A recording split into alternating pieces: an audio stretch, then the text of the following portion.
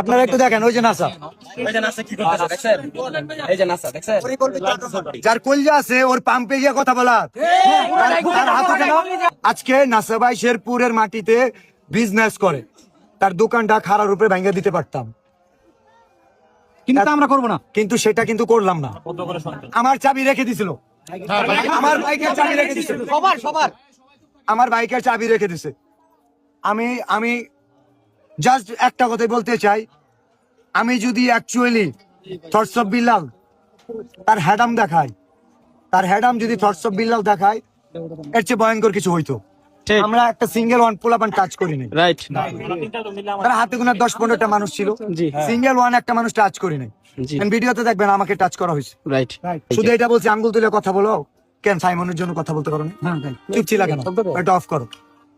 যে যেখান থেকে দেখতেছেন লকটা আমার একটু দেখা দেন এইলা ভাই, স্টিকটা ভাই দেখেন, স্টিক বের করছে, দেখছেন পুরো পরিকল্পিত ভাবে। এই নাইলতাবাড়ির একটা ছেলে, এরকম একটা বাচ্চা ছেলে শেরপুরের কনিমিয়ার জন্য, এই চকপাঠকের মানুষের জন্য ভিক্ষা করতেছে আমার টিম, রাইট। পুরো বাংলাদেশের কন্টেন্ট ক্রিয়েটররা। ভাই আমিও আসছি, আর এই ছেলে স্টেক দিয়ে মারতে চায়। এটা কি থটস অফ বিল্লালকে মারা না মানবতাকে মারা?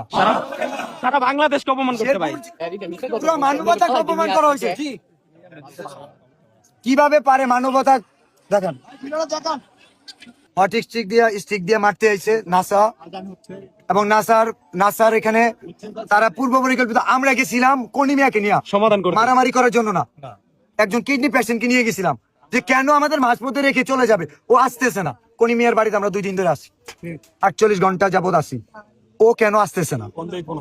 ফোন দিলে ধরে না, রাইট।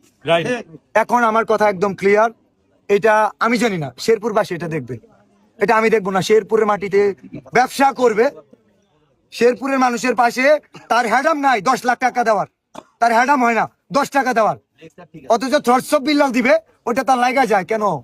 তোমার কাছে পয়সা নাই, দাও স্টিক ধরতে পারে, 5 লাখ টাকা দিতে পারো না? ঠিক। আমি জানি না, আমি শেরপুর, এটা আমার, আমি পুরো 64 জেলায় কাজ করি, আমি শুধু এক জেলা নিয়ে পড়ে থাকি না, আমার এক নাসা নিয়ে পড়ে থাকার টাইম নাই। জি ভাই, থটস অফ বিল্লাল এক জুয়েল নিয়ে পড়ে থাকে না, এক মোড় নিয়ে পড়ে থাকে না, পুরো বাংলাদেশ নিয়ে কাজ করি।